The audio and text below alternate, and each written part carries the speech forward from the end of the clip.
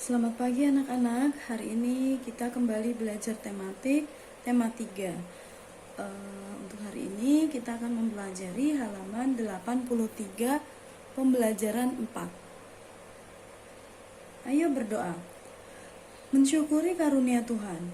Air merupakan kebutuhan pokok bagi kehidupan di bumi.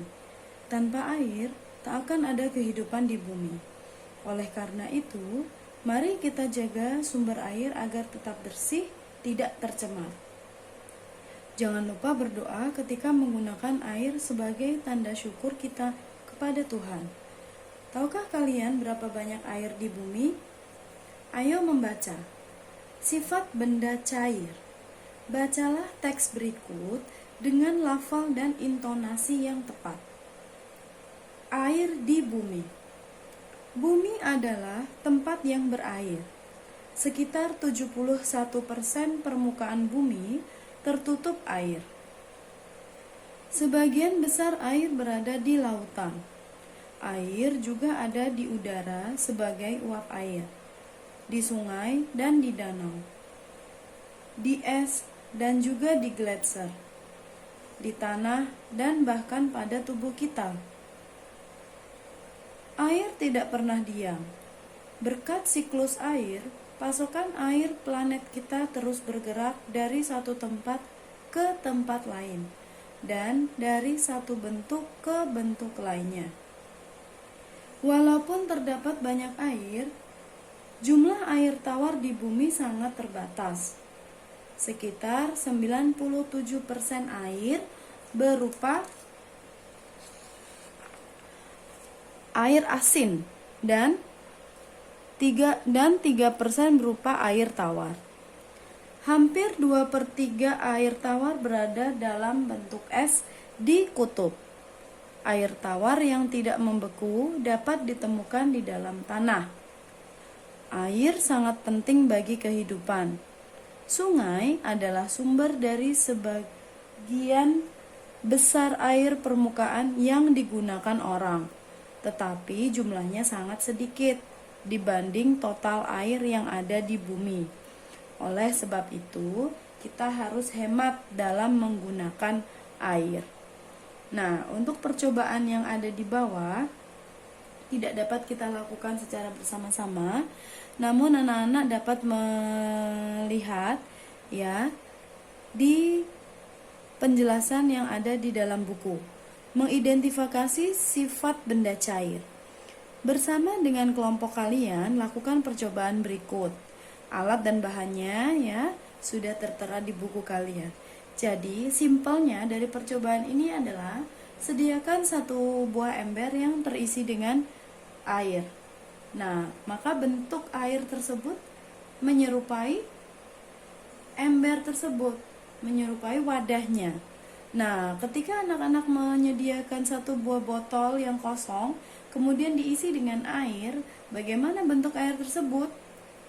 Iya, pasti menyerupai dengan bentuk botol. Begitu pula jika anak-anak meletakkan air ke dalam kantong plastik, seperti yang sudah ada di buku kalian, ya, maka bentuknya pun akan menyerupai kantong plastik tersebut. Maka dengan hal ini anak-anak bisa memahami atau membayangkan bahwa sifat air adalah menempati ruang dan mengikuti bentuk wadahnya. Iya, betul sekali. Jika kalian masih ingat, hal ini sudah kalian pelajari pada saat kalian kelas 2. Ya, jadi untuk di kelas 3 ini kita mempelajarinya kembali. Oke ya. Baik, untuk penjelasan berikutnya kita lanjut di halaman 85.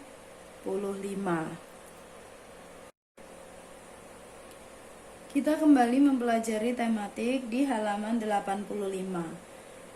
Nah, untuk tabel yang di atas, nah ini merupakan percobaan juga. Cuma anak-anak boleh skip ya, tidak perlu dikerjakan, tidak masalah. Kemudian kita langsung ke ayo berlatih. Apa ini? Mari kita perhatikan. Menceritakan hasil pengamatan. Kalian telah mengamati sifat benda cair. Ceritakan sifat benda cair dan manfaatnya dalam kehidupan sehari-hari. Ceritakan di dalam kelas. Ketika kita melakukan aktivitas, tubuh kehilangan cairan dalam bentuk keringat. Sebanyak 70% tubuh manusia terdiri atas cairan. Jika kekurangan cairan, tubuh menjadi lemas. Minum dapat mengembalikan cairan tubuh. Nah, untuk yang menceritakan di dalam kelas juga tidak dapat kita lakukan. Jadi kita boleh skip saja.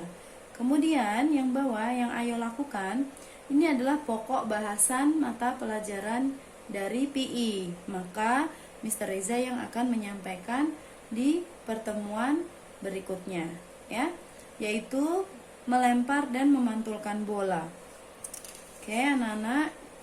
Nah, untuk di halaman 86 yang bagian atas juga itu masih PI. So, Mr. Reza yang akan menyampaikan kepada anak-anak. Oke, kita lanjut ke pokok bahasan yang ayo membaca di halaman 86. Baik anak-anak, kembali kita membahas ayo membaca, mengidentifikasi kegiatan gotong royong. Bacalah teks di bawah ini.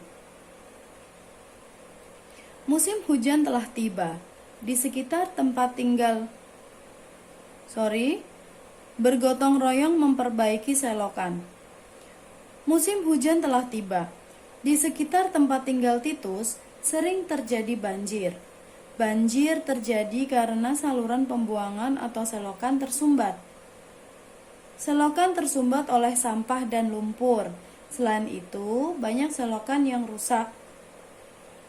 Ketua RT mengusulkan untuk bergotong royong memperbaiki selokan.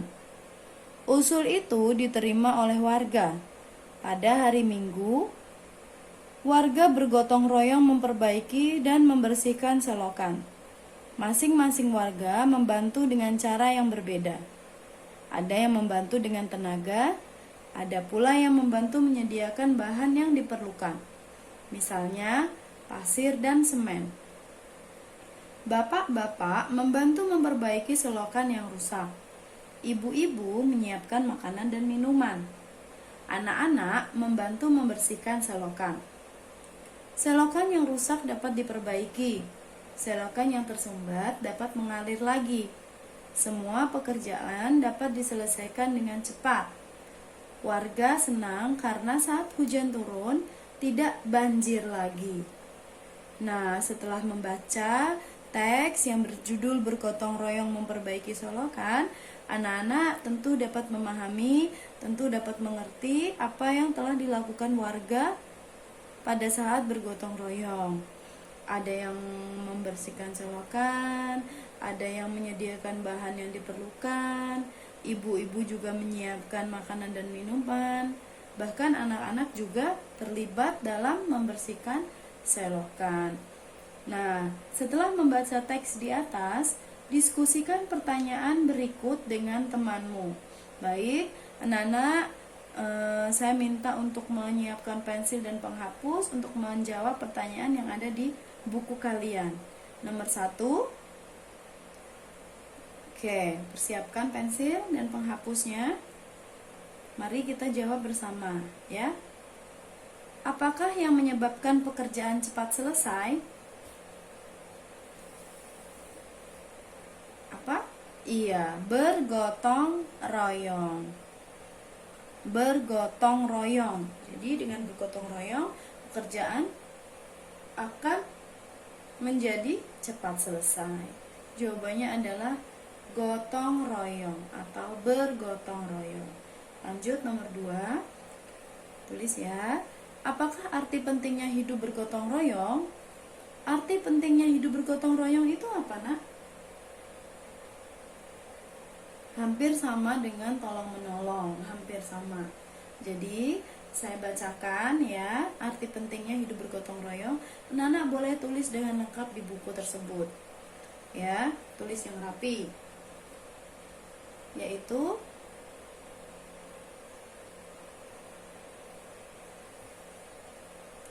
memperkokoh persatuan dan kesatuan bangsa. Memperkokoh persatuan dan kesatuan bangsa, mempererat persaudaraan dan kebersamaan, mendorong timbulnya semangat kekeluargaan, menjadikan pekerjaan yang berat menjadi ringan. Memperkokoh persatuan dan kesatuan bangsa, mempererat persaudaraan dan kebersamaan, mendorong timbulnya semangat kekeluargaan, menjadikan pekerjaan yang berat menjadi ringan. Itu adalah arti penting hidup bergotong royong. Ya. Jika tertinggal boleh diulang lagi videonya ya, tidak masalah. Lanjut ke ayo menulis. Menuliskan kegiatan gotong royong. Kamu tentu sudah mengetahui kegiatan gotong royong, bukan? Tuliskan contoh kegiatan gotong royong pada tabel berikut. Contoh aktivitas kalian pada saat bergotong royong di rumah, di lingkungan tempat tinggal atau di masyarakat, lalu di sekolah. Coba anak-anak tuliskan di kotak yang telah tersedia di buku tematik kalian halaman 87. Di rumah apa misalnya kegiatan gotong royong yang anak-anak lakukan? Iya, ada yang merapikan mainan bersama kakak, bersama adik. Boleh merapikan mainan bersama kakak. Lalu contoh yang kedua adalah merapikan tempat tidur bersama ibu. Boleh. Lanjut yang di lingkungan tempat tinggal, di sekitar rumah kalian. Apa? Bersama tetangga biasanya kita lakukan ya. Apa nak? Iya, seperti yang ada di teks bacaan di buku kalian itu ya. Membersihkan selokan bersama warga. Ya, tulis. Membersihkan selokan bersama warga. Lalu yang di sekolah? Betul, membersihkan kelas bersama teman-teman. Iya, ditulis ya di kolom yang sudah tersedia. Oke, baik. Lanjut di ayo lakukan. Menceritakan pengalaman gotong royong. Ini tidak perlu kalian kerjakan, tidak perlu kalian lakukan karena mesti kita perform di depan kelas. Oke, kita lanjut di pembahasan yang ada di halaman 88.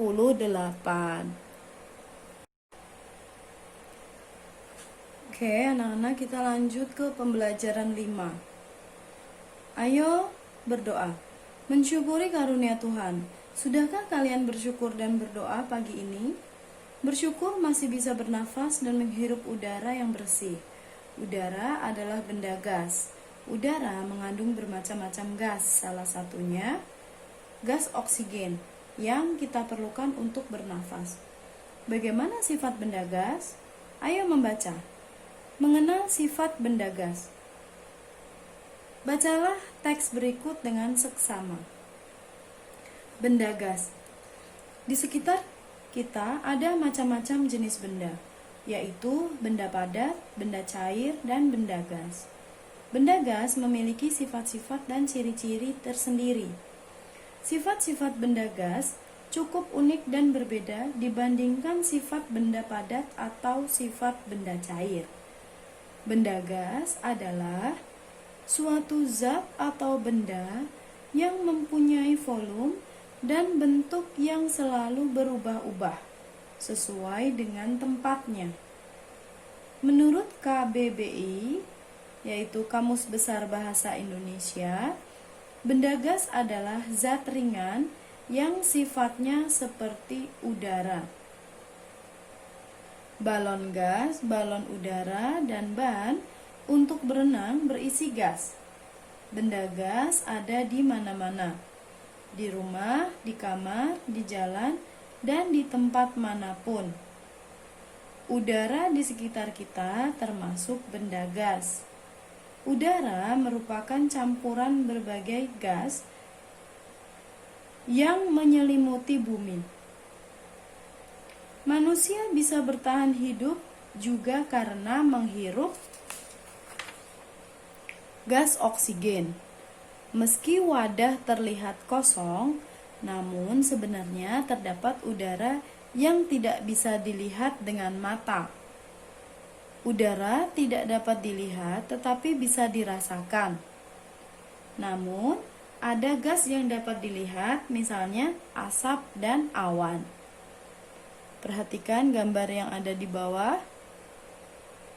teks tadi yang barusan saya baca.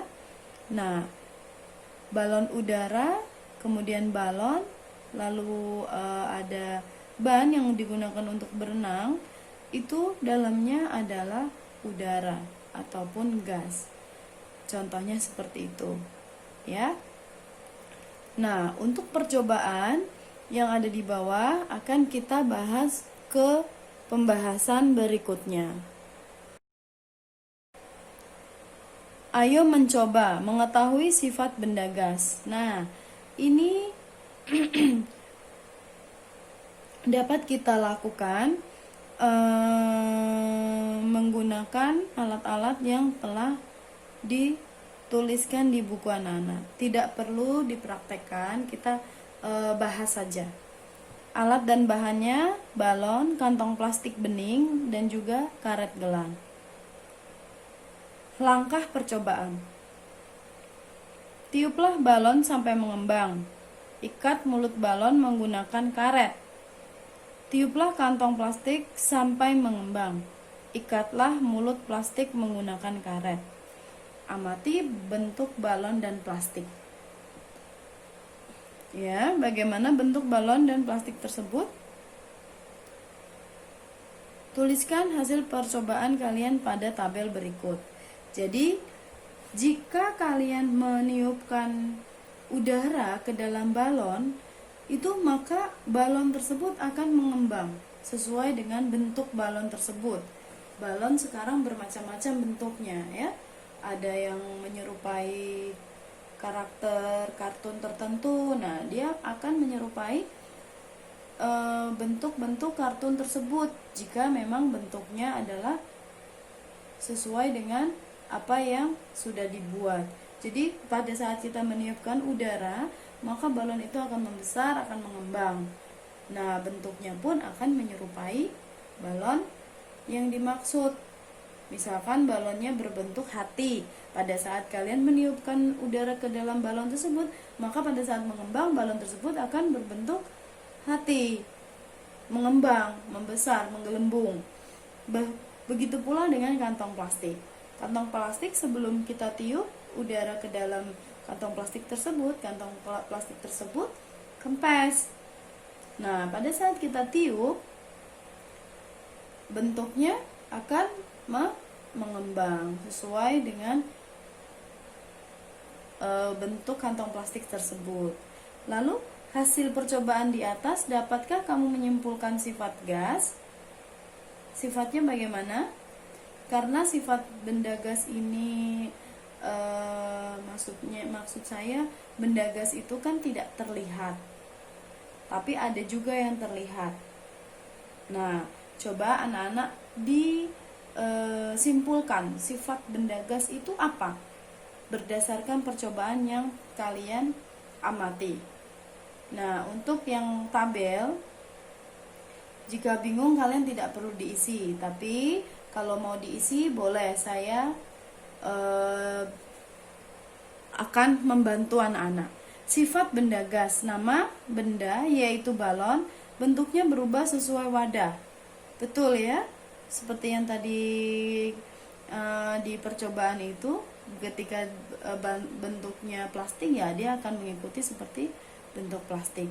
Jadi bentuknya berubah sesuai wadah. Betul. Iya, dicentang, tanda centang di sini.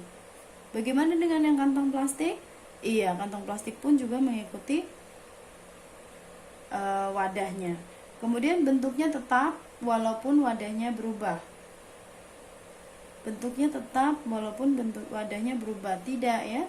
Bentuknya pun akan mengikuti wadahnya. Hampir seperti sama dengan benda cair. Jadi ini cross, ini cross. Dapat digenggam? Tidak dapat digenggam. Jadi cross, cross. Nah, yang ini tidak dapat digenggam. Iya, tidak dapat digenggam. Kemudian berdasarkan hasil percobaan di atas, dapatkah kamu menyimpulkan sifat gas? Nah, di sini sudah saya tuliskan ya supaya kalian tidak salah menulis. Jadi untuk yang halaman ini saya bantu untuk menuliskan di buku supaya anak-anak dapat melihatnya dengan jelas. Yaitu menempati ruang dan menekan ke segala arah. Menekan ke segala arah itu ya pada saat ditiup ke ujung-ujung plastik dan ujung-ujung balon terisi oleh benda gas tersebut, terisi oleh udara yang kita tiupkan. Maksudnya begitu. Ya. Kemudian di percobaan kedua, sediakan 2 buah balon ya yang bagian bawah ini, benang dan juga lidi. Ini tidak perlu kita lakukan juga karena sudah dilengkapi dengan gambar di buku kalian. Nah, simpelnya kedua balon tersebut anak-anak tiup sama besar. Kita tiup kira-kira yang sama besar. Setelah itu ditali menggunakan benang. Kemudian anak-anak gantung kedua balon tersebut pada ujung-ujung lidi. Ya, diberi balonnya masing-masing diberi sehelai sebuah benang kira-kira 20 cm. Kemudian diikat ke sebuah lidi, dua-duanya di ujungnya. Di kedua ujung lidi. Satu balon, satu balon. Kemudian bisa anak-anak perhatikan, anak-anak diminta untuk menusuk salah satu balon. Kemudian apa yang terjadi pada balon yang kalian tusuk? Iya, akan pecah atau akan mengempis. Letakkan tangan di bagian yang ditusuk tersebut. Nah, pada saat anak-anak menusukkan balon yang tadi sudah ditiup, nah dari lubang itu akan keluar udara ya, kayak berhembus udara gitu. Nah, itu dapat kalian rasakan. Nah, kemudian apa yang dapat kamu rasakan? Nah, nih ya, di percobaannya yang di halaman 92, lihatlah, kedua buah balon digantungkan pada ujung lidi. Kemudian salah satu balon dikempiskan. Apa yang terjadi pada sebuah balon yang ditusuk? Udaranya akan keluar melalui lubang yang kalian tusuk tadi. Dapatkah kalian menyimpulkan sifat benda gas? Iya, ini yang dimaksud dengan menekan ke segala arah juga. Jadi, yang dapat kalian simpulkan mengenai sifat benda gas yang ada di halaman 92 adalah yang atas ini. Benda gas itu memiliki massa. Ya, memiliki massa. Kemudian yang kedua adalah menekan ke segala arah. Nih, kalian tambahkan. Satu lagi adalah menekan ke segala arah. Sifat benda gas. Ya, begitu ya. Nah, untuk yang bawahnya menuliskan sifat gas berdasarkan percobaan. Pada bagian ini, anak-anak akan diminta untuk menyimpulkan sifat benda gas dari percobaan, dari pengamatan percobaan yang sudah kita lakukan yang barusan kita lakukan tadi, ya. Menuliskan sifat gas berdasarkan percobaan. Berdasarkan percobaan, apa yang kamu ketahui tentang sifat gas? Tuliskan sifat gas yang kamu ketahui. Gunakan ejaan yang tepat, perhatikan penggunaan huruf besar dan tanda baca. Nah, sifatnya adalah yang pertama, menempati ruang, lalu menekan ke segala arah, lalu memiliki massa. Itu adalah sifat-sifat benda gas yang ada di dalam percobaan. Apakah ada sifat lain selain ini? Ada. Misalnya apa? Terdapat di segala tempat, di jalan, di ruang kelas, di kamar, di toilet, itu ada udara. Itu yang dimaksud dengan terdapat di semua tempat. Oke.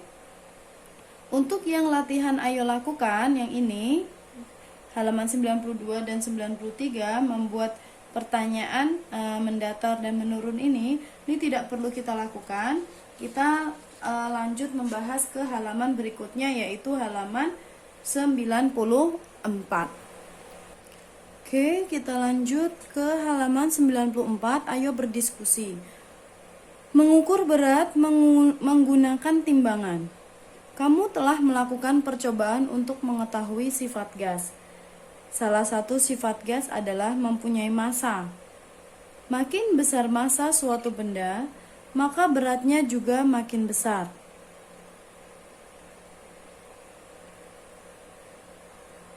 Alat apa yang digunakan untuk menimbang berat? Alat yang digunakan untuk menimbang berat adalah timbangan.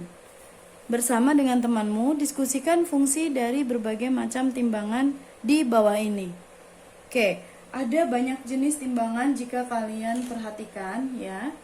Ini di buku kalian sudah tersedia gambar berbagai macam jenis timbangan. Yang pertama yaitu timbangan badan. Seperti ini, ya. Semua siswa pasti sudah pernah mencoba mengukur berat badan kalian menggunakan timbangan semacam ini. Lalu ada timbangan beras. Cara kerjanya, benda atau barang atau karung beras kita letakkan di tempat yang sudah tersedia. Lalu di situ ada keterangannya, itu nanti beratnya berapa gitu. Lalu berikutnya adalah timbangan bayi. Seperti ini. Jika kalian pernah melihat di misalkan adik bayi yang dibawa ke misalkan ke rumah sakit atau ke dokter atau ke posyandu. Nah, itu biasanya ditimbang dengan menggunakan alat timbang seperti ini. Jadi babynya ditaruh di sini, ditidurkan di permukaan timbangan ini. Lalu untuk mengetahui beratnya berapa dari mana? Dari sini ada tulisannya, ada keterangannya. Jarumnya akan bergeser sesuai dengan berat badan baby itu. Kemudian ada timbangan digital. Timbangan digital seperti ini dapat kita temui di misalkan ini banyak digunakan untuk menimbang berbagai macam benda ya. Bisa buah, bisa pakaian di tempat laundry. Ada menggunakan timbangan seperti ini, timbangan digital. Kemudian neraca. Nah, neraca ini bentuknya yang paling sederhana. Kecil dia ukurannya, untuk biasa untuk mengukur perhiasan atau emas. Jadi anak timbangan atau bandulnya itu juga kecil. Ada dua wadah atau dua piringan, yang satu digunakan untuk meletakkan bendanya yang akan diukur, lalu yang satu lagi digunakan untuk meletakkan anak timbangan. Anak timbangan itu bandulnya, yang itu lona apa sih namanya ya, kayak misalkan ukurannya berapa gram, 2 gram, 3 gram. Nah, itu nanti kita letakkan di sini. Lalu yang satunya adalah benda yang kita ingin timbang. Jadi untuk menyeimbangkan saja sesuai atau tidak, namanya adalah timbangan dua lengan yang ini ya, atau neraca. Jika neraca susah untuk dipahami, kalian bisa menamai atau menyebut timbangan semacam ini dengan nama timbangan dua lengan ya. Kemudian yang selanjutnya adalah timbangan kue. Nah, perhatikan timbangan kue ini kita pernah praktek pada saat kelas 2 menggunakan timbangan kue seperti ini. Ya. Kemudian timbangan warung atau timbangan pasar. Nah, digunakan untuk menimbang barang-barang yang ada di pasar, misalkan cabai, tomat, kentang, bawang, dan sebagainya. Kemudian yang terakhir adalah timbangan gantung. Nah, timbangan gantung, perhatikan, bendanya atau barang yang akan kita ukur atau yang akan kita timbang, kita gantungkan di hook atau di cantolan yang terdapat pada timbangan tersebut. Maka jarumnya akan bergeser. Nah, itu tadi cara kerjanya. Ya. Next, ayo berdiskusi. Mengenal satuan berat. Perhatikan satuan yang digunakan dalam timbangan di samping. Apa satuan berat pada alat tersebut? Diskusikan bersama temanmu. Jadi untuk satuan dalam timbangan itu bermacam-macam ya. Ada timbangan yang menggunakan satuan gram, ada juga yang menggunakan kilogram. Tergantung dari timbangan tersebut. Nah, untuk yang ada di buku kalian bagian bawah ini, itu di bawah ada tulisannya KG. KG itu kepanjangannya adalah kilogram. Jadi, satuan yang digunakan pada alat timbangan ini adalah kilogram. Begitu, ya. Mari kita kerjakan latihannya. Ayo berlatih. Menentukan alat ukur berat yang sesuai. Hubungkan benda dengan timbangan yang sesuai. Ini dapat kalian tarik garis, ya. Setelah mendengar penjelasan saya di halaman 94, anak-anak dapat mengerjakan halaman 95. Nih, ya. Misalkan gambar yang ada di sebelah kiri itu adalah bawang. Bawang ini kita ukur dengan menggunakan timbangan yang mana? Iya, yang timbangan warung atau timbangan pasar. Kalian tarik garisnya. Lebih baik lagi jika kalian menggunakan penggaris. Kemudian, terigu atau tepung. Biasa kita akan membuat kue ya menggunakan terigu. Menggunakan timbangan yang mana? Iya, timbangan kue. Kemudian baby ditimbang dengan menggunakan timbangan yang paling bawah, yang ini ya. Jangan lupa. Jangan sampai baby tarik garisnya ke sini. No, ya. Itu adalah timbangan untuk menimbang beras, timbangan beras. Oke, nah ini timbangan beras ya. Ini ada beras, jadi kalian tinggal tarik. Nah, ini ya perhiasan atau emas. Ditimbang menggunakan timbangan 2 lengan. Tarik. Sudah selesai. Tuh ya. Kita akan lanjut di pembahasan halaman 96. Jika masih belum paham atau belum menangkap yang saya jelaskan, boleh videonya ditonton lagi, didengarkan lagi ya. Baik, kita lanjut di halaman 96. Ayo menambah wawasan. Mengenal benda gas. Bacalah teks di bawah ini dengan seksama. Mengenal gas LPG. Pada hari Minggu, Melanie membantu ibunya memasak. Ia ingin membuat kue donat. Bahan-bahan untuk membuat donat antara lain tepung, telur, gula, mentega, dan pengembang.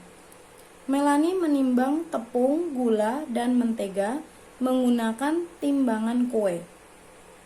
Semua bahan dicampur menjadi satu. Adonan donat yang telah jadi kemudian digoreng. Ibu menggunakan kompor gas untuk memasak.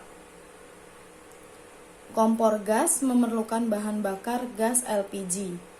Kata LPG berasal dari pelafalan singkatan bahasa Inggris, yaitu LPG, Liquefied Petroleum Gas, atau gas minyak bumi yang dicairkan. Gas LPG berasal dari hasil pengolahan minyak bumi. Gas LPG yang ada di dalam tabung wujudnya cair dan sebagian berwujud uap. Namun, apabila gas tersebut dikeluarkan dari tabung, wujudnya berubah menjadi gas. Wujud awal dari LPG adalah gas. Namun, di pasaran dijual dalam bentuk cair. Mengapa bisa seperti itu? Wujud gas LPG diubah dari gas menjadi cair dengan cara diberi tekanan. Dengan adanya perubahan wujud akibat tekanan, maka volume gas juga berubah. Volume gas yang berwujud cair akan menjadi lebih kecil apabila dibandingkan dengan volume gas ketika masih berwujud gas. Dengan cara demikian, gas LPG lebih mudah disalurkan ke masyarakat. Saat ini, gas LPG banyak digunakan oleh masyarakat, terutama untuk bahan bakar kompor gas. Kelebihan pemakaian LPG sebagai bahan bakar jika dibandingkan dengan bahan bakar lainnya, misalnya kayu bakar ataupun minyak tanah, yaitu praktis, mudah dalam penggunaan, dan lebih bersih. Oke, ini adalah informasi yang dapat kalian gunakan untuk menambah wawasan. Jadi, sekali lagi, untuk topik yang menambah wawasan tidak perlu kalian hafalkan, tidak perlu kalian ingat-ingat sampai dihafalkan mendalam, tidak perlu. Jadi, diberikan informasi seperti ini adalah untuk menambah wawasan anak-anak. Jadi, anak-anak itu tahu, tambah wawasannya. Ya. Lalu kita akan lanjut ke halaman 97. Ayo berlatih. Mengonversi satuan berat. Nah, tulis hasil menimbang dengan menggunakan timbangan kue berikut. Gunakan satuan kilogram dan gram. Jika anak-anak perhatikan, angkanya di situ sangat kecil sekali. Bahkan jarak dari satu angka ke angka yang lain itu per jarumnya, atau bukan per jarumnya, per titiknya itu sangat kecil. Jadi, dan jarumnya juga tidak menunjuk exactly in the number. Jadi ada yang agak geser ke sebelah sedikit gitu ya, 2 geser dikit. Nah, Miss khawatir jika kalian terlalu melihat ini, itu mata kalian akan sakit karena ukurannya sangat kecil. Nah, saya coba untuk mengukur bagian ini dan itu saya menggunakan penggaris. Jadi anak-anak tulis saja ya nak ya di situ ya. Kalau ingin mencoba, sebaiknya anak-anak lebih baik lagi jika angka atau gambar timbangannya ini lebih besar, jadi tidak membuat mata anak-anak sakit gitu ya. Sebenarnya pengennya sih lebih jelas ya, tapi karena di buku kalian adanya semacam ini, nggak apa-apa, kalian tulis aja di situ jawabannya. Saya sudah mengukur sendiri. Kalian kalau masih mampu mata kalian melihat dengan jelas yang tulisan kecil-kecil ini, kalian boleh coba. Tapi kalau dirasa kalian melihat pusing atau sakit matanya, tidak perlu ditulis ya, karena ini terlalu kecil dan banyak lagi ya nak ya. Oke, nomor 1, kalau kalian perhatikan menggunakan penggaris, kalian luruskan seperti ini. Ini tidak mengarah ke angka 2, tidak mengarah ke angka 2 persis ya. Itu di jarum sebelahnya. Nah, jarum sebelahnya dari angka 2 ke angka 3 itu jarum sebelahnya itu ada 4. Jadi satu buah titik atau jarum ya Miss bilangnya. Titik aja ya bilangnya ya, yang ini loh yang kecil-kecil ini. Itu jadi satu titik ini mewakili 200 gram. Ya. 200 gram. Karena 1 kilo itu 1000 gram.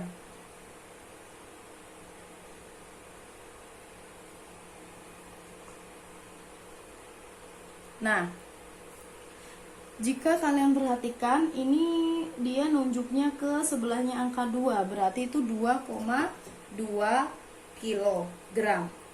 Tulis ya, nomor 1 itu 2,2 kilogram.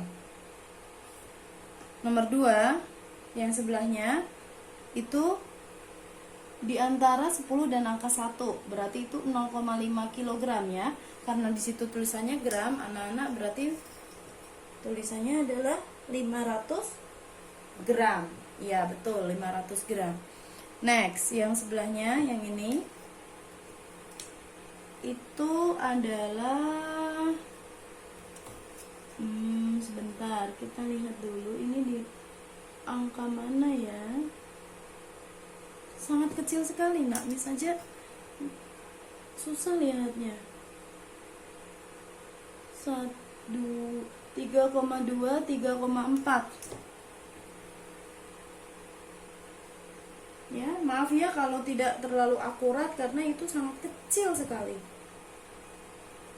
Nanti kalau Miss bikin soal, Miss akan membuat yang lebih jelas, yang lebih besar. Jadi anak-anak tidak perlu melihat sampai matanya sakit ya. Nomor 2, yang ini adalah 4 kg. Pas ya itu ya, 4 kg. Kemudian sebelahnya 2,5 kg karena di antara 2 dan angka 3. Oke. Yang nomor 2 yang bagian tengah itu 2,5 kg. Ya. Next yang sebelahnya itu adalah tepat di angka 1 ya. Jadi itu adalah 1 kg. Lanjut di nomor 3. Nomor 3 itu jarumnya saya sudah melihat dengan penggaris ya. Itu di angka 4 lebih 3 titik. Jadi 4,6 kg. Sebelahnya 5,2 yang ini. Ya, karena 5 terus gesernya 1 titik. Yang terakhir adalah 2 kg. Pas ya, exactly 2 kg. Jadi untuk halaman 97 sekali lagi saya jelaskan, nak. Ini karena angkanya terlalu kecil, titik-titiknya itu terlalu kecil, maka akan mengukur supaya akuratnya sangat sulit. Karena kecil banget, nak. Sampai pusing loh lihatnya. Apalagi mata anak-anak ya. Jadi kalau saran saya, nak, kalau kalian melihat ini kesulitan, tidak perlu dikerjakan. Jadi tulis aja langsung yang tadi Miss bilang ya. Nanti untuk latihan anak-anak atau pada saat di ulangan, saya akan usahakan tulisannya tidak sekecil ini ya, supaya tidak merusak mata. Terima kasih untuk halaman ini. Kita lanjut ke halaman selanjutnya, halaman 98. Baik anak-anak, kita lanjut di halaman 98. Ayo membaca.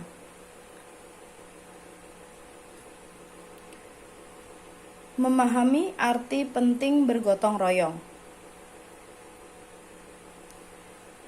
Apakah kamu pernah memperhatikan asap di sekitarmu? Dapatkah kamu menyebutkan asap apa sajakah itu? Asap adalah contoh benda berwujud gas. Di dalam asap masih terdapat benda padat. Benda padat tersebut berukuran sangat kecil. Benda padat itulah yang menyebabkan asap masih dapat dilihat dan dirasakan. Bacalah berita di bawah ini dengan seksama. Presiden mengajak masyarakat tanggulangi kebakaran hutan. Presiden Joko Widodo mengajak masyarakat menanggulangi kebakaran hutan. Presiden berharap masyarakat bergotong royong.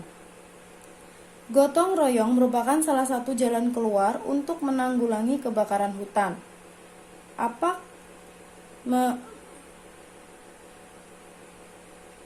Ajakan itu disampaikan Presiden ketika melihat langsung kebakaran hutan.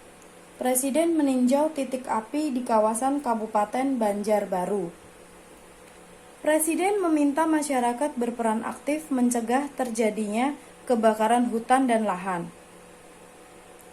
Dibutuhkan kesadaran masyarakat untuk menjaga lingkungan. Masyarakat juga diminta tidak membakar lahan dan semak di sekitarnya. Upaya tersebut bertujuan untuk menghindari dampak buruk kebakaran hutan.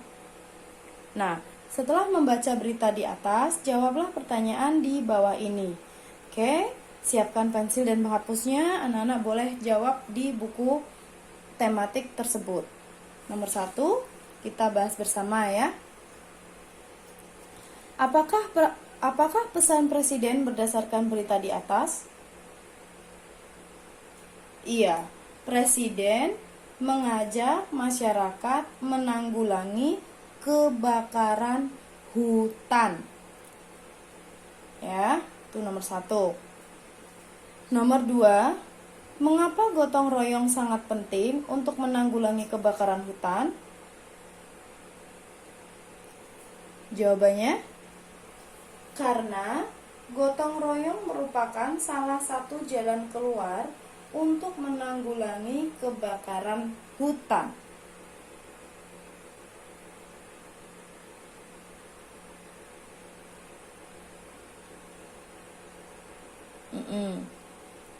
Oke, jika Nana mempunyai jawaban yang lain yang masuk akal, boleh.